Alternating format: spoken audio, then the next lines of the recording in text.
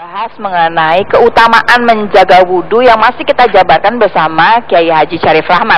Tapi sebelumnya saya langsung mau mengundang teman saya. Ini dia si cantik Peggy Melati Sukma. Assalamualaikum warahmatullahi wabarakatuh. Waalaikumsalam warahmatullahi wabarakatuh. Silakan Peggy. Assalamualaikum Kiai. Insyaallah, mudah-mudahan dengan izin Allah. Menyenangkan banget ya lihat Peggy sekarang ya Kiai. Masya Allah. Saya termasuk orang yang kalau lihat Peggy itu seneng ya, mulai nggak cara berpakaiannya, semuanya Amin, deh. Masya Allah, semuanya dari Allah. Zalika fadlu minallah ya, Kiai. Yang baik semuanya milik Allah. Alhamdulillah sama-sama sudah dapat hidayah ya, Peggy ya. Amin, mudah-mudahan hidayah, mudah-mudahan. Kalau cobaan juga mudah-mudahan bisa kelewatan dengan baik lah ya. Amin. Kiai, kita tadi berhenti waktu kita bicara mengenai cerita bahwa sudah rukun sudah, cara sudah, yang membatalkan sudah, tapi kita belum cerita mengenai keutamaan, Kiai. Iya. Kalau kita menjaga terus wudhu kita, apa yang kita dapatkan? Ada sebuah hadis di mana Bilal itu ditanya oleh Rasul. Tadi malam aku masuk surga, terus aku dengar ada suara langkah-langkah kamu di situ, apa? Kamu duluin aku, Bilal. Sebenarnya apa yang menyebabkan kamu duluan masuk ke dalam surga itu, Bilal? Saya akan baca teks hadisnya supaya enak. Iya. Masya Allah, langsung dari kitabnya nih Kiai. Ya Bilal, bima sabaqtani ilal jannah. Wahai Bilal, apa yang menyebabkan engkau mendahului aku masuk dalam surga? Inni dakhaltu barihata al-jannata fasami'tu khashkhashatan amami. Tadi malam aku masuk dalam surga dan aku dengar ada suara terompah sendalmu itu di depanku. Faqala Bilal, ya Rasulullah, ma adantu qat ila salati rak'ataini wa ma sabani hadatsu qat ila tabattatu 'indaha. Wahai Rasulullah, tidak sekalipun aku azan kecuali aku setelah itu sholat 2 rakaat. Dan tidak pernah aku berhadas kecuali saat itu juga aku segera berwudu. Berhadas, wudu. Hadas, wudu. Masya Allah. Jadi tidak pernah batal wudunya. Rasul bersabda, bihadza. Dengan itu dia masuk surga. Itu dia tuh menjaganya wudhu terus menerus. Bahkan ada hadis riwayat Muslim, saya ingat bahwa Rasul pernah mengatakan, siapa yang berwudu dengan wudu sempurna, kemudian setelah itu dia salat 2 rakaat, dakhlatil jannah min abwabis samaniyah min ayyiha sya'at. Min ayyiha sya'at. Dia akan masuk ke dalam surga yang pintunya 8, dia dipersilahkan milih lewat yang mana lewatnya. Insyaallah. Gimana? Kita juga alhamdulillah belajar sampai sekarang ya, kalau masih berusaha, kalau tidak ada terganggu itu kita berusaha untuk wudu terus lah.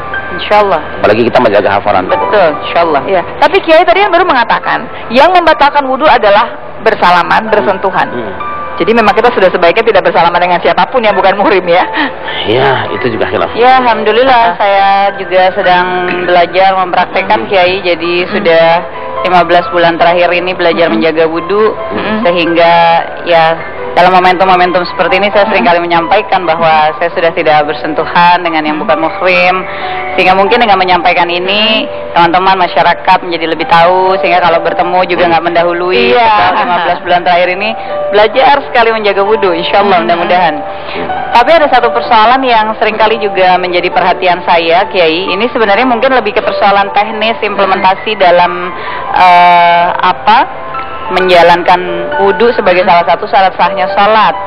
Karena di Indonesia ini kita tahu, dan mohon maaf sekali, bahwa kadang-kadang tata letak tempat berwudhu itu seringkali yang pertama masih agak terbuka areanya, kemudian kadang campur laki-laki dengan perempuan. Sementara bagi kami yang sudah menutup aurat menjadi sulit. Kalaupun saat itu di dalam ruangan tidak ada laki-lakinya, tetapi kami khawatir karena tempat itu bercampur, khawatir masuk. Sehingga ketika melaksanakan wudhu tidak melepaskan semua atribut. Wudhu kepalanya disiram saja, wudhu tangannya sampai bajunya disiram basah, lillahi ta'ala begitu. Tapi pandangan Kiai bagaimana? Karena sebetulnya ada kulit yang tidak terbuka. Mungkin dari beberapa mazhab yang ada yang meringankan ringanannya. Sebenarnya tidak terlalu harus memberatkan Islam. Seperti aurat lah. Karena ada saudara-saudara kita yang mewajibkan wanita menutup wajah. Itu tidak ada kewajiban di situ, tidak ada perintahnya. Hanya salah satu upaya untuk lebih mengamankan segala betul. Meskipun jangan sampai nanti justru menjadi kesan tidak baik tentang agama kita secara utuh. Betul. Begitu juga tentang wudhu. Tentang wudhu, ikuti saja syariat. Ketentuan syariat itu basuh muka, basuh tangan sampai siku, seterusnya tentu sebatas waktu membasuh itu dia tidak dianggap membuka aurat. Tidak membuka aurat saat membasuh, ya kan? Saat berwudunya. Kalau di luar wudu lain lagi. Ini kan ada sebuah kewajiban yang tidak bisa dihindari. Kecuali kalau bertemu dua kewajiban, maka kewajiban yang lebih kuat harus didahulukan. Yang lebih utama yang didahulukan. Kepala juga kan tidak harus semuanya, atau cukup. Tadi saya jelaskan tadi bahwa kira-kira kalau di mazhab Syafi'i itu 3 manab itu syar, 3 tempat tumbuh rambut saja dianggap sudah memadai, walaupun itu tidak rasional dan sekira kecil dateng kan kalau Oh, cuma 3 begitu ya. Jadi cukuplah ketika kita berwudu itu sedikit saja kita buka, mohon maaf, gini ya, cukup saja, dan itu tidak ditampakkan pada kaum pria. Dan saya berpikir juga kalau kita selalu bertindak rasional, rasanya tipis ya kemungkinan pria iseng-iseng gitu di tempat wudu melihat seperti itu. Saya tidak keyakinan lah. Tapi kalau tadi kayak Peggy dibasahkan bajunya begitu, bagaimana? Apa? Oh jangan, tidak benar itu. Nanti kan jadi repot sendiri. Itu namanya tahlukah, merepotkan diri sendiri. Apalagi nanti ada mazhab yang mengatakan bahwa tangan wanita tidak termasuk aurat. Kalaupun terpaksa kita harus berwudu dengan asumsi bahwa ini adalah aurat, maka di saat itu kita berpindah mazhab kepada yang mengatakan bahwa antara tangan sampai siku tidak termasuk aurat. Itu paling aman.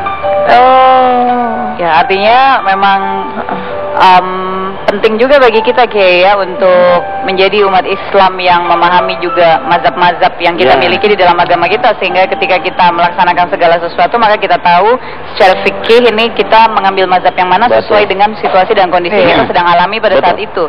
Itu PR besar sebetulnya bagi umat Islam. Maksudnya begini, bagaimana cara kita nih yang orang awam, kalau Bilal kan beda barangkali. Saya dan teman-teman barangkali yang masih banyak belajar, bagaimana sih menjaga supaya wudhu itu terus. Ntar Peggy juga boleh cerita nih, 15 bulan ini gimana caranya? Kan masih ada suami, masih ada yang kita kerjakan yang lain.